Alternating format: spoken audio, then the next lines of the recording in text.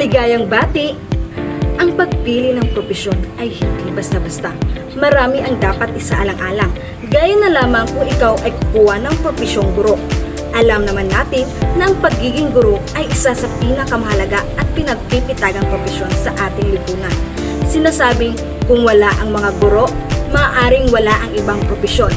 Dahil simula pa lang sa pagkabata ng isang tao ay dumadaan na siya sa pagkalinga at pagtuturo ng isang guro. Ang pagiging guro ay kawili-wili, masaya at isang pagkakataon para linangin sa mataas na kasanayan ang bawat mag-aaral mula sa kanyang kritikal na pag-iisip hanggang sa kanyang mga makrong kasanayan. Lalo na kung ikaw ay guro sa sekundarya, major sa Filipino. At ngayon, ating alamin kung ano nga ba ang meron sa bachelor ng sekundarya pang-edukasyon, major sa Filipino. Pero bago yan, narito muna ang mission vision ng isang institusyon.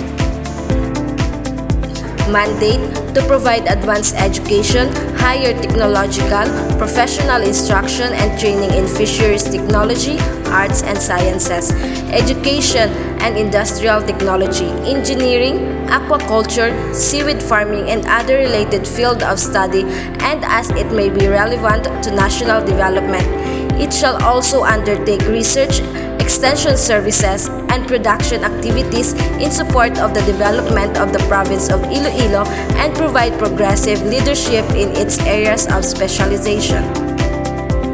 Vision: a leading and empowering research university in fisheries, agriculture, education, and technology in Southeast Asia by 2023.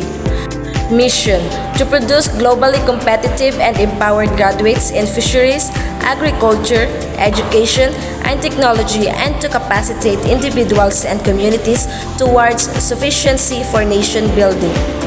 Its guiding principle is ISDA: I for integrity, S for social justice, D for discipline, and A for academic excellence.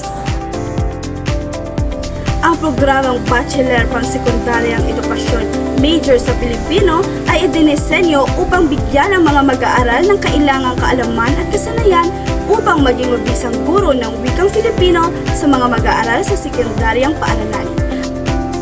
Ang BSED Major in Filipino program ay tumatagal ng 4 na taon upang makumpleto. Ang on-job training o internship ay ginagawa sa 3 at 4 na taon ng program kung saan ang mga mag-aaral ay inalantad sa parehong in-campus o out-campus na pagtuturo na tumatagal na hindi bababa sa 1 buwan ng exposure para sa bawat antas ng taon. Ang BSED Filipino ay may 18 major na asignatura. Iilan sa mga ito ay ang Introduction sa Pag-aaral ng Wika, Panimulang Linguistika, Istruktura ng Wika, Ugnayan ng Wika, Kultura at Lipunan, Introduction sa Pagsasalin, Variety at Variasyon ng Wika, Panitikan na Relihiyon, Panunuring Pampanitikan at marami pang iba. Ang pagkakaroon ng BSED Filipino degree ay nagbubukas ng pagkakataon para sa pagsulong sa larangan ng edukasyon. Maaaring pagpatuloy ng mga nagtapos ang kanilang posisyon sa pagtuturo sa mga sekundaryang paaralan, pampubliko at pribado. Maaari din sila magtrabaho bilang mga tagapagsalin ng wika, mga tagabuo ng kurikulum, mga consultant sa edukasyon, o maaaring ipagpatuloy ang kanilang pag-aaral sa larangan ng edukasyon. Sa lahat na nag-aasawa na maging guro, tara't pag-usapan natin ang isang propesyon na puno ng pag-asa at pagbabago.